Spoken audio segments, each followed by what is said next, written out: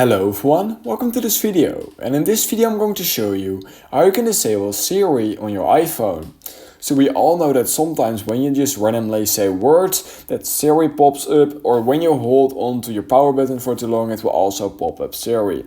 Well, here's actually a really easy way to disable this. So all you need to do is open the settings app just like this, and you want to scroll all the way down till you come across Siri. So Siri will be right here under this new standby mode and above Face ID and passcode. So you want to click on it, and then you want to make sure to click on listen for, and you want to make sure that listen for Hey Siri is disabled, so you want to make sure to click on off. But what you also want to do in order to completely disable it is press side button for Siri also needs to be disabled.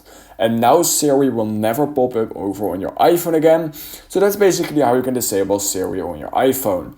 If you learned something from this video, I would highly appreciate it if you could like this video and subscribe to my channel. And I hope I will see you in the next YouTube tutorial video.